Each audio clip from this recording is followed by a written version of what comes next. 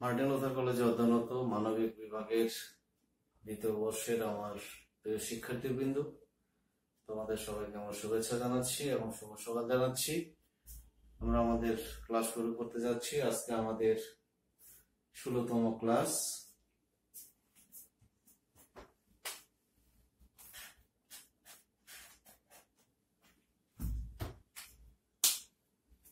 আমরা তৃতীয় অধ্যায়ে ছিলাম। আজকে আমরা যে বিষয় নিয়ে আলোচনা করবো সেটা হচ্ছে বেকারত্ব, ইংলিশে যাকে বলা হয় আনএমপ্লয়মেন্ট।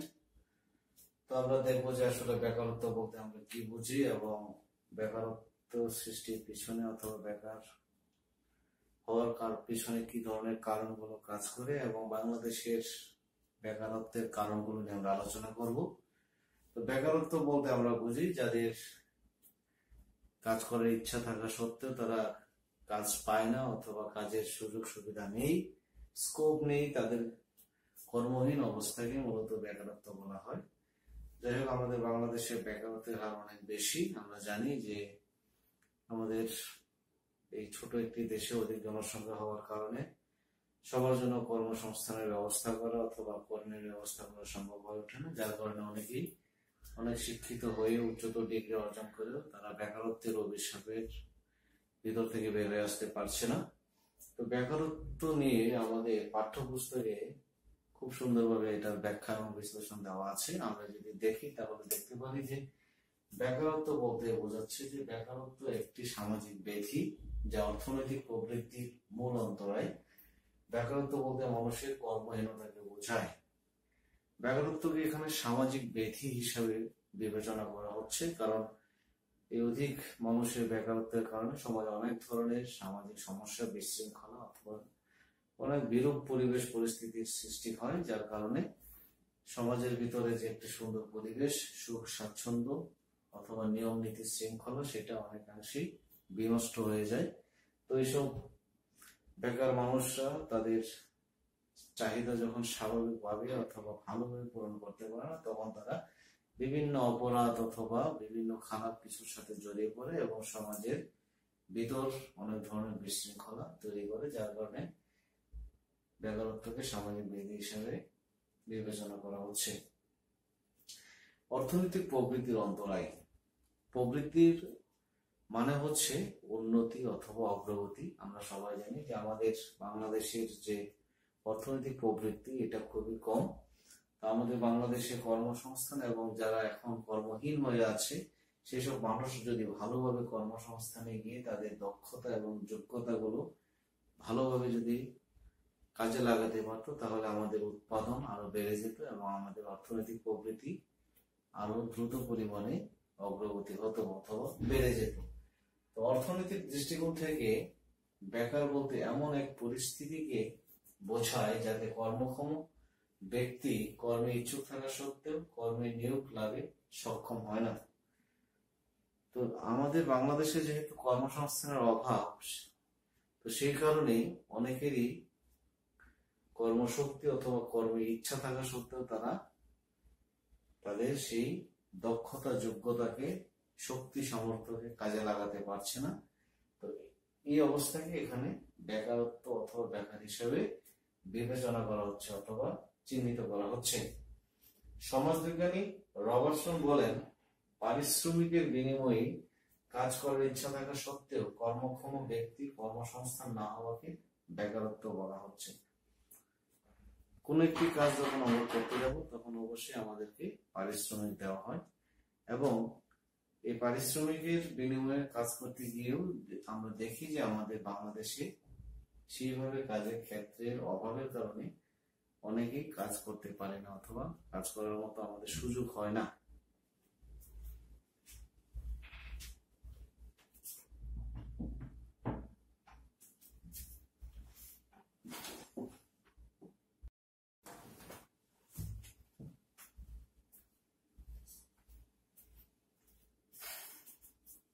তো আমরা যদি এখন দেখতে পারি অথবা দেখি তাহলে দেখতে পাচ্ছি যে আমাদের বেকারত্ব বিষয়টা হচ্ছে বলতে গেলে আমাদের ব্যক্তি জীবনে, পারিবারিক জীবনে, সামাজিক জীবনে এবং রাষ্ট্রীয় জীবনে একটা অভিশাপ।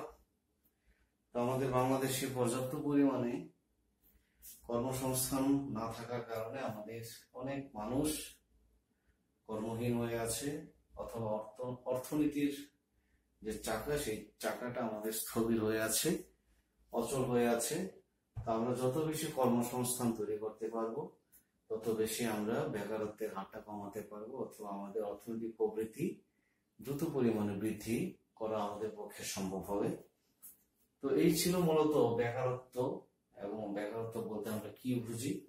তো এখন আমরা যে বিষয়টা দেখবো, যে বাংলাদেশে কি কারণে আমাদের এত বেশি পরিমাণে বেকারত্বের তৈরি হচ্ছে, অথবা বেকার মানুষ কর্মহীন হয়ে জীবনযাপন করছেন।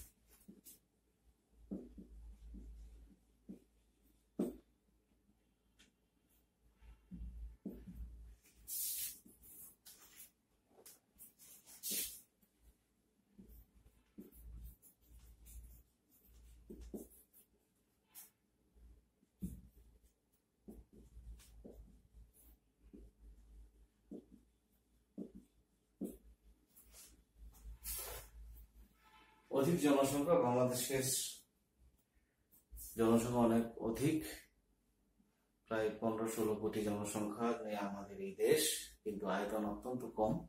যার কারণে এই অল্প আয়তনের দেশে অধিক জনসংখ্যা হওয়ার কারণে আমাদের পক্ষে সবার জন্য কর্মসংস্থানের ব্যবস্থা করে দেওয়া সম্ভব হচ্ছে না, যার কারণে অনেকেই বেকারত্বের জীবনযাপন করছে অথবা কর্মহীন হয়ে আছে। তো এই অধিক জনসংখ্যা যদি আমরা কমাতে পারি, তাহলে হয়তো আমাদের বেকারত্বের হার অনেকাংশে কমে নিয়ে আসা সম্ভব হবে। কর্মের সীমিত সুযোগ, আমাদের বাংলাদেশে সেইভাবে কর্মসংস্থানের সুযোগ না থাকার কারণে আমরা অনেকাংশেই বেকার জীবনযাপন করছি। তো যত বেশি আমরা কর্মসংস্থানের সুযোগ সৃষ্টি করতে পারবো, তত বেশি আমরা বেকারত্বের হারটা কমিয়ে নিয়ে আসতে সক্ষম হব। কৃষিভিত্তিক অর্থনীতি, আমাদের বাংলাদেশের অধিকাংশ অর্থনৈতিক যে খাতগুলো আছে, ম্যাক্সিমামই হচ্ছে কৃষিভিত্তিক। তো আমাদের অবশ্যই এই কৃষিভিত্তিক অর্থনীতির পাশাপাশি অন্যান্য যে অর্থনীতির যে বিভিন্ন বিষয়গুলো আছে, সেই বিষয়গুলোর প্রতি আমাদের জোর দিতে হবে। আমাদেরকে আরো অনেক অনেক কর্মসংস্থান তৈরি করতে হবে, যাহাতে অধিক পরিমাণে মানুষ সেই সব প্রতিষ্ঠানগুলোতে কাজ করতে পারে অথবা শ্রমে নিয়োজিত হতে পারে। শিল্পের অনগ্রসরতা, আমাদের বাংলাদেশে শিল্পের অনগ্রসরতার অন্যতম কারণ হচ্ছে আমাদের বাংলাদেশের যে বর্তমান অবস্থা, অথবা আমাদের বাংলাদেশের বিভিন্ন ধরনের যে পরিবেশ পরিস্থিতি, যার কারণে এখানে শিল্প উদ্যোক্তা অথবা শিল্প নগর অথবা শিল্পাঞ্চল তৈরি হচ্ছে না, অথবা প্রচুর পরিমাণে আমাদের শিল্প কলকারখানা গড়ে না ওঠার পেছনে আমাদের অনেক ধরনের সমস্যা আছে, যার কারণে আমাদের এইসব শিল্প কারখানাগুলোতে আমরা প্রচুর পরিমাণে যে আমাদের কর্মসংস্থানের ব্যবস্থা করতে পারতাম, সেটা আমাদের পক্ষে করা সম্ভব হচ্ছে না। তো আমরা যত বেশি শিল্প কলকারখানা স্থাপন করব, তত বেশি আমাদের বেকারদেরকে আমরা সেই সব প্রতিষ্ঠানে শ্রমে নিয়োজিত করতে পারবো অথবা কাজের ব্যবস্থা করতে পারবো। আমরা জানি যে অনেক বড় বড় শিল্প কারখানাগুলোতে হাজার হাজার লোক একসাথে কাজ করতে পারে। তো বর্তমান বাংলাদেশ সরকার অথবা যারা এই দেশটাকে পরিচালনা করছে তারা বিভিন্নভাবে চেষ্টা করছে বড় বড় শিল্প কলকারখানা তৈরি করার জন্য, যাহাতে সেসব প্রতিষ্ঠানগুলোতে অধিক পরিমাণে আমাদের বাংলাদেশের মানুষ কাজ করার সুযোগ পায় এবং তারা তাদের বেকারত্ব করছে, তারা সুন্দর জীবন পরিবার অথবা পরিজনকে নিয়ে সুখে স্বাচ্ছন্দ্যে জীবনযাপন করতে পারে।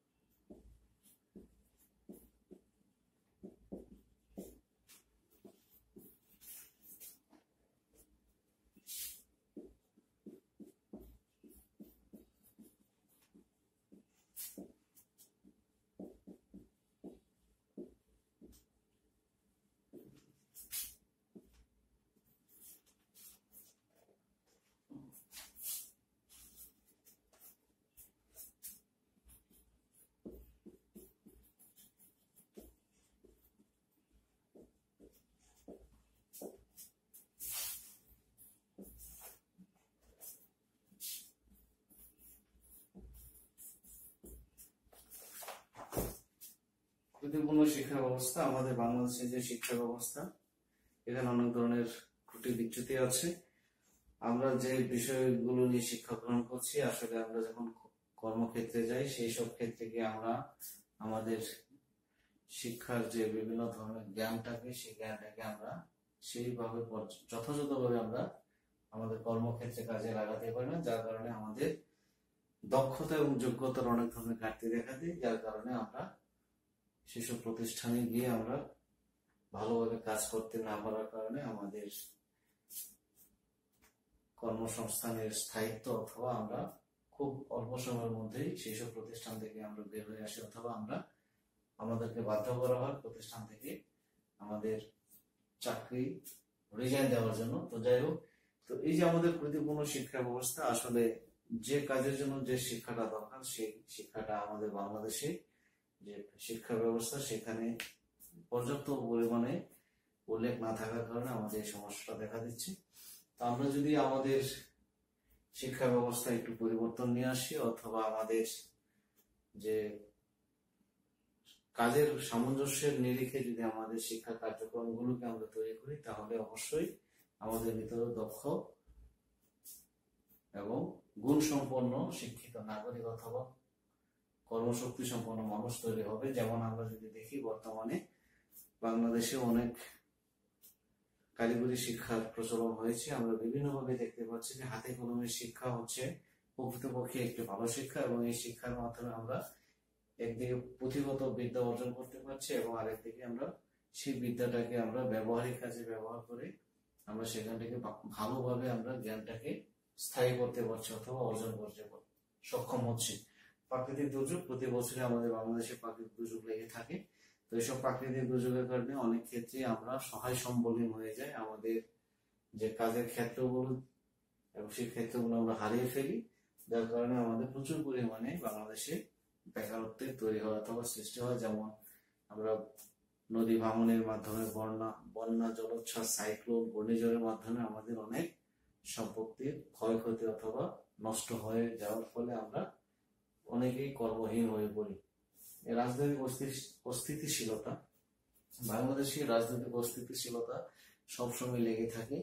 আমাদের এই রাজনৈতিক অস্থিতিশীলতার কারণে আমাদের অনেক কর্মসংস্থানের ব্যাঘাত ঘটে অথবা আমাদের যেসব প্রতিষ্ঠানগুলো সুষ্ঠু সুন্দরভাবে পরিচালিত হওয়ার কথা ছিল সেসব প্রতিষ্ঠানগুলো সুষ্ঠু সুন্দরভাবে পরিচালিত না হতে পেরে তারা ক্ষতির সম্মুখীন হয়ে এক পর্যায়ে সেসব প্রতিষ্ঠান বন্ধ হয়ে যায় অথবা তারা তাদের ব্যবসা বাণিজ্য গুটিয়ে ফেলে। প্রতিনিয়তই আমাদের বাংলাদেশে দেখা যায় যে হরতাল, অবরোধ, ভাঙচুর অথবা শ্রমিক অসন্তোষ অথবা রাজনৈতিক অনেক ধরনের আন্দোলন প্রতিবাদ হওয়ার কারণে আমাদের এইসব শিল্প কলকারখানা অথবা ব্যবসা বাণিজ্য অনেক ধরনের ঘাটতি দেখা যায়, যার কারণে আমরা আমাদের এইসব প্রতিষ্ঠানগুলোকে সুন্দরভাবে পরিচালনা করতে সক্ষম হচ্ছে না। তাই আমাদের অবশ্যই এই রাজনৈতিক অস্থিতিশীলতাকে দূর করে সুন্দর একটি রাজনৈতিক পরিবেশ নিয়ে আসতে হবে, যাতে আমরা একটি সুখী সমৃদ্ধ অথবা অর্থনৈতিকভাবে অগ্রগতি সম্পন্ন একটি দেশ হিসেবে আমরা সামনের দিকে এগিয়ে যেতে পারি।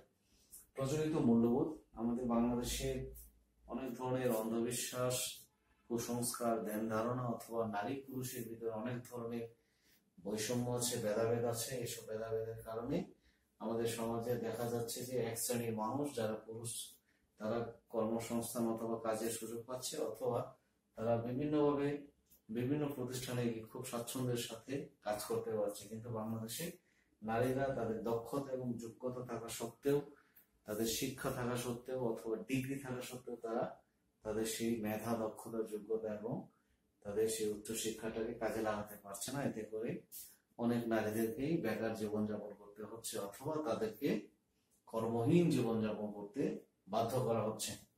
দারিদ্র, আমাদের বাংলাদেশের অধিকাংশ মানুষ যেহেতু দারিদ্র সীমার নিচে বসবাস করে, যার কারণে আমাদের মূলধনের অভাবে অথবা পর্যাপ্ত পরিমাণে অর্থের অভাবে আমরা একটি আত্মকর্মসংস্থান অথবা নিজে কোনো একটি কর্মসংস্থানের ব্যবস্থা করতে পারি না, অথবা শিল্প কলকারখানা তৈরি করার মতো আমাদের সামর্থ্য না থাকার কারণে আমাদের এই বেকারত্বের হারটাকে আমরা কমিয়ে নিয়ে আসতে পারছি না।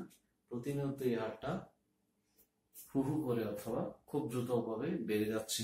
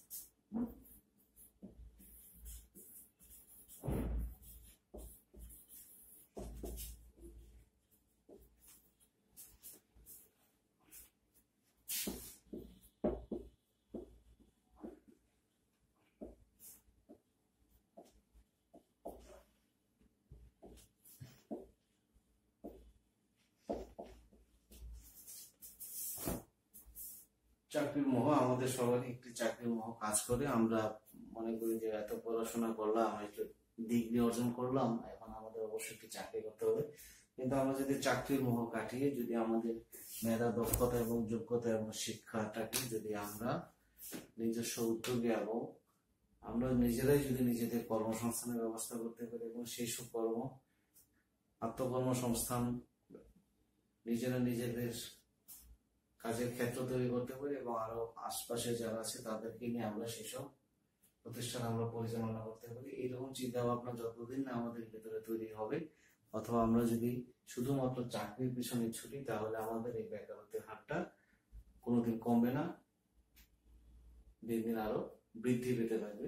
তো ইদানিং আমরা যে বিষয়টা দেখতে পাচ্ছি যে আমাদের বাংলাদেশে এখন অনেকেই চাকরির পিছনে না ছুটে তারা বিভিন্নভাবে উদ্যোক্তা হচ্ছে অথবা নিজেরা নিজেদের কর্মসংস্থানের ব্যবস্থা করছে। এতে করে বাংলাদেশে অনেক কর্মসংস্থানে তৈরি হচ্ছে অথবা তাদের সেসব ছোট ছোট প্রতিষ্ঠানগুলোতে আরো অনেকেই কাজের সুযোগ পাচ্ছে। এইভাবে আমাদের প্রচুর পরিমাণে কর্মসংস্থান তৈরি করতে হবে, অথবা আমরা নিজেরাই যেন নিজেদের বিভিন্নভাবে উদ্যোক্তা হিসাবে অথবা ক্ষুদ্র ব্যবসায়ী হিসেবে অথবা কোনো ধরনের ছোটখাটো ব্যবসা বাণিজ্য করে যেন আমরা জীবন জীবিকা নির্বাহ করতে পারি সেই চিন্তা ভাবনা আমাদের রাখতে হবে। কিছুদিন আগে আমি একটা ফেসবুকে একটা ভিডিও দেখেছিলাম যে অনার্স মাস্টার্স কমপ্লিট করে সে চাকরির পেছনে না ছুটে সে রাস্তার ফুটপাতে চা বিক্রি করছে অথবা একটা ছোট টি স্টল দিয়েছে।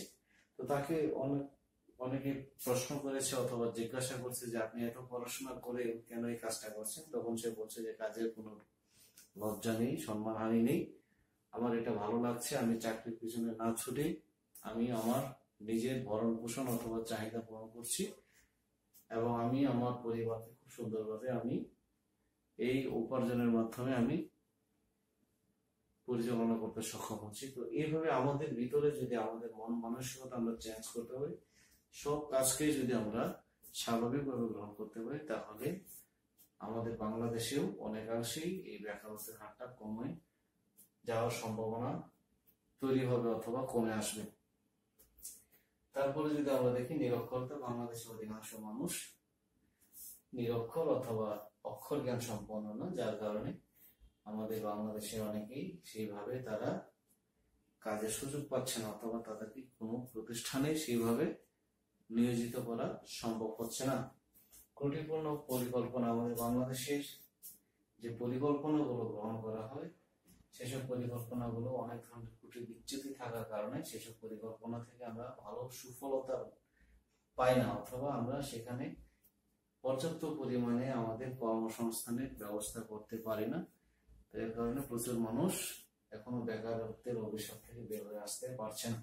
জনশক্তি রপ্তানির অভাব, আমাদের বাংলাদেশের প্রচুর পরিমাণে যে দক্ষ জনবল জনশক্তি আছে এইগুলো আমাদের বিভিন্ন দেশে গিয়ে কাজ করার যে সুযোগ সেই সুযোগগুলোকে আমরা তৈরি করতে পারছি না অথবা অন্যান্য দেশের সাথে আমরা সুসম্পর্ক স্থাপন করতে পারছি না বিধায় সেসব দেশগুলোতে আমরা আমাদের এইসব দক্ষ মানুষদেরকে আমরা রপ্তানি করতে পারছি না। তো আমরা যত বেশি জনশক্তি রপ্তানি করতে পারবো তত বেশি আমাদের অর্থনৈতিক অথবা বৈদেশিক মুদ্রা অর্জন হবে। রেমিটেন্সের মাধ্যমে আমাদের অর্থনৈতিক চাকাটা আরো বেশি পরিমাণে ঘুরবে অথবা সচল হবে। তো আমরা চেষ্টা করব যে আমাদের যারা এই বিষয় নিয়ে কাজ করে তারা অবশ্যই অত্যন্ত গুরুত্বের সাথে আমাদের বন্ধু প্রতিম দেশ অথবা বিভিন্ন দেশের সাথে সুসম্পর্ক বজায় রেখে আমাদের বাংলাদেশ থেকে তাদের দেশে জনশক্তি রপ্তানি করে আমাদের এই বেকারত্বের হারটা অনেকাংশেই যেন গুছিয়ে আনা সম্ভব হয়। মূলধনের অভাব, বাংলাদেশের মানুষের মূলধনের অভাবের কারণে তারা ইচ্ছা থাকা সত্ত্বেও অথবা তাদের ভালো ভালো সুন্দর সুন্দর পরিকল্পনা অথবা ব্যবসায়িক চিন্তা ভাবনা থাকা সত্ত্বেও তারা কর্মসংস্থান অথবা প্রতিষ্ঠানের চালু করতে পারে না, শুরু করতে পারে না, যার কারণে আমাদের বেকারত্বের হারটা কমানো সম্ভব হচ্ছে না। বৈদেশিক মন্দা যুদ্ধ, আমাদের বর্তমান বিশ্বে অনেক ধরনের বৈদেশিক মন্দা দেখা দিচ্ছে। অনেক দেশ অর্থনৈতিকভাবে অথবা বিভিন্নভাবে তারা সমস্যাগ্রস্ত হওয়ার কারণে সেসব দেশের সাথে আমাদের যে একটি আন্তর্জাতিক অথবা অর্থনৈতিক যে বিভিন্ন ধরনের ব্যবসা বাণিজ্য ছিল সেই ব্যবসা বাণিজ্য নতুন ঘাটতি দেখা দিচ্ছে অথবা সেসব দেশে আমাদের যারা কাজ করত তারা কর্মহীন হয়ে যাচ্ছে, যার ফলে আমাদের বাংলাদেশে তাদের যে একটা রেমিটেন্স আসতো সেই রেমিটেন্সটা আগের মতো আসছে না এবং বিভিন্ন দেশের যুদ্ধ, যেমন ধরো মিডিল ইস্টে ইরাক, সিরিয়া, আফগানিস্তান, সেসব দেশগুলোতে প্রতিনিয়ত যুদ্ধ লেগে থাকার কারণে আমাদের বাংলাদেশের শ্রমিকরা সেসব দেশে যেতে পারছে না অথবা সেসব দেশে যারা কাজ করতো তারাও কর্মহীন হয়ে সেই আগের মতো করে তারা বাংলাদেশের জন্য অর্থনৈতিক সাপোর্টটা দিতে পারছে না। তো এইভাবে আমাদের বাংলাদেশে বেকারত্ব তৈরি হওয়ার পিছনে অনেক ধরনের কারণ আছে। তো আমরা যদি এইসব কারণগুলোকে ভালোভাবে চিন্তা ভাবনা করি, বিবেচনা করি এবং বেকারত্ব দূর করার যে বিভিন্ন ধরনের বিষয়গুলো আছে সেই বিষয়গুলো যদি আমরা ভালোভাবে আমাদের পরিকল্পনায় আমাদের বিভিন্ন যে রাষ্ট্রীয় যে কার্যক্রমগুলো আছে সেসব কার্যক্রমগুলোতে আমরা যদি চিন্তা ভাবনা করে প্রচুর পরিমাণে দেশীয় এবং বৈদেশিক প্রতিষ্ঠান, শিল্প কলকারখানা স্থাপন করি তাহলে আমাদের বাংলাদেশে বেকারত্ব কমিয়ে আনা সম্ভব হবে, অন্যথায় আমাদের এই বেকারত্ব দিন দিন বেড়েই যাবে। তো যাই হোক, আজকে আমাদের আলোচনা আমরা এই পর্যন্ত রাখছি। আগামী ক্লাসে আবার নতুন কোনো বিষয় নিয়ে আলোচনা করব। সেই পর্যন্ত সবার সুস্বাস্থ্য এবং মঙ্গল কামনা করছি। সবাই ভালো থেকো। আগামী ক্লাসে আবার দেখা হবে।